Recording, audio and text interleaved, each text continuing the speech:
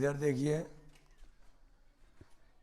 वास्तविक संख्याओं के लिए घातांक नियम एक्सरसाइज 1.6, ठीक है ना। मतलब वास्तविक संख्याओं के कुछ घातांकों के नियम होते हैं, उसको आज हम लोग देखेंगे, ठीक है ना। इनमें से मुख्य नियम क्या है, 1 2 3 4 ही नियम है, ठीक है ना। इन चारों नियमों को आज हम देखेंगे, उसके बाद इसके उदाहरण भी समझेंगे, ठीक है ना। उसके बाद हम लोग करेंगे प्रश्नों को हल, ठीक है ना। ध्यान दो यहाँ पर, पहला नियम क्या कहता है कि यदि a की पावर m इंटू ए की पावर n हो तो हम लिखेंगे उसको a की पावर m प्लस n के रूप में, ठीक है। मतलब क्या, एग्जाम्पल से समझ रहे हैं, यहाँ देखो ध्यान से। अगर दे दे 2 की पावर 3 इंटू 2 की पावर 4, इसको हम ऐसे भी लिखते हैं 2 की पावर 3 गुणा 2 की पावर 4, दोनों का मान एक ही होगा। ये इंटू या पॉइंट का मतलब भी क्या होता है, गुणा होता है, आप ये जानते हो, ठीक है। तो देखो यह भी a है और ये भी a है, इसकी जो पावर है जिसको हिंदी में हम बोलते हैं घातांक, ठीक है ना, वो क्या है, डिफरेंट है, मतलब अलग अलग है। तो हमको घातांकों से लेना देना कुछ नहीं है। अगर किसी का आधार मतलब बेस बराबर हो, बीच में मल्टीप्लिकेशन का चिन्ह दिया हो, तो हम उसके घातांक को क्या करते हैं, जोड़ देते हैं। ये रूल होता है कि अगर कितना भी संख्या दिया हो और उन संख्याओं के बीच में क्या दिया हो, गुणा दिया हो, और वो संख्याएं सेम हो, मतलब उसका आधार सेम हो, तो उसके घात को क्या कर देंगे, जोड़ देंगे। अब ये इसमें दो ही संख्या नहीं होगा, बहुत सारी संख्याएं हो सकती है, बात समझ में आ रहा है। जैसे यहाँ पर 2 की पावर 3 गुणे 2 की पावर 4 दिया है, तो ये क्या हो जाएगा, 2 की पावर 3 और प्लस 4, मतलब 2 की पावर कितना हो जाएगा, 7। बात समझ में आ रहा है कि नहीं आ रहा है। ऐसे ही और भी इसके एग्जाम्पल हो सकते हैं, जैसे बटा में भी एग्जाम्पल हो सकते हैं। जैसे मान लो एग्जाम्पल दूसरा ले, 1/2 की पावर 4 गुणे 1/2 की पावर 5, और भी बहुत सारे हो सकते हैं गुणा करके। देखो यहाँ पर जो इसका बेस है बराबर है, तो पावर को क्या करेंगे, जोड़ देंगे। तो ये हो जाएगा 1/2 की पावर 4 प्लस का 5, तो 1/2 की पावर कितना हो जाएगा, 9। कोई दिक्कत इसमें।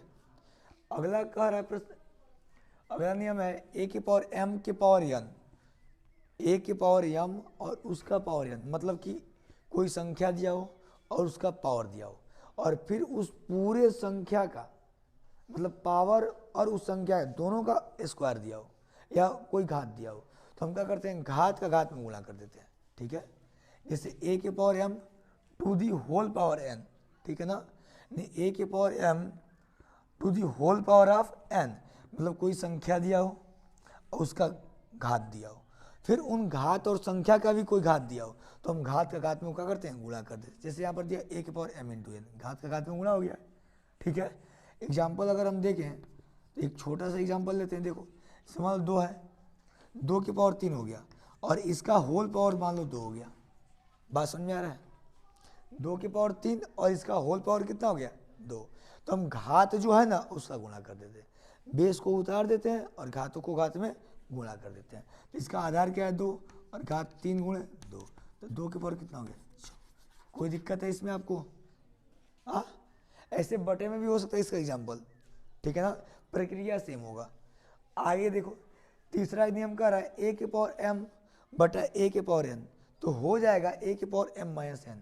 मतलब क्या कि अगर कोई संख्या दिया हो, ठीक है ना, उसका घात दिया हो, फिर वही संख्या बटा में भी दिया हो और उसका कुछ भी घात दिया हो, तो अगर बटा में संख्या रहती है तो हम उसको घात को क्या करते हैं, घटा देते हैं, क्या करते हैं, और मल्टीप्लीकेशन में रहता है तो क्या करते हैं, जोड़ देते हैं। बस यही होता है कॉन्सेप्ट। तो यहाँ पर एग्जाम्पल अगर ले हम, मान लो 2 की पावर 3 बटा 2 की पावर कितना हो गया, 4। देखो ये जो इसका 2 की पावर 3 का जो बेस है, कहोगे सर बेस इसमें 2 है, और जो इसका एक्सपोनेंट है क्या है, 3 है, मतलब घात जो इसका है, पावर जिसको अंग्रेजी में बोलते हो एक्सपोनेंट भी बोला जाता है, तो जो इसका पावर है क्या है, 3 है, और जो इसका बेस है कितना है, 2 है। इसमें भी देखोगे तो इसका बेस क्या है, 2 है, और पावर क्या है, 4 है। मतलब घातांक जो है ना इसका वो अलग अलग दिया है, लेकिन बेस क्या है, सेम है। तो जब बेस सेम हो और घात अलग अलग हो और चीज़ें बटा में दी हो, क्या किस में दिया हो, बटा में, तो हम क्या करते हैं, घात को घटा देते हैं। एक बेस लिख करके क्या करते हैं, घात को घात को घटा देते हैं। मान लो 2 हो गया और इसका घात क्या है 3 है, इसका घात क्या है 4 है, तो 2 के पावर कितना होगा -1। कोई दिक्कत इसमें? हाँ, ऐसे ही इसका चौथा एग्जाम्पल क्या है, नियम क्या होता है, a के पावर m इंटू बी के पावर n। मतलब अब देखो बेस अलग अलग दिया हो और पावर क्या दिया हो, सेम दिया हो।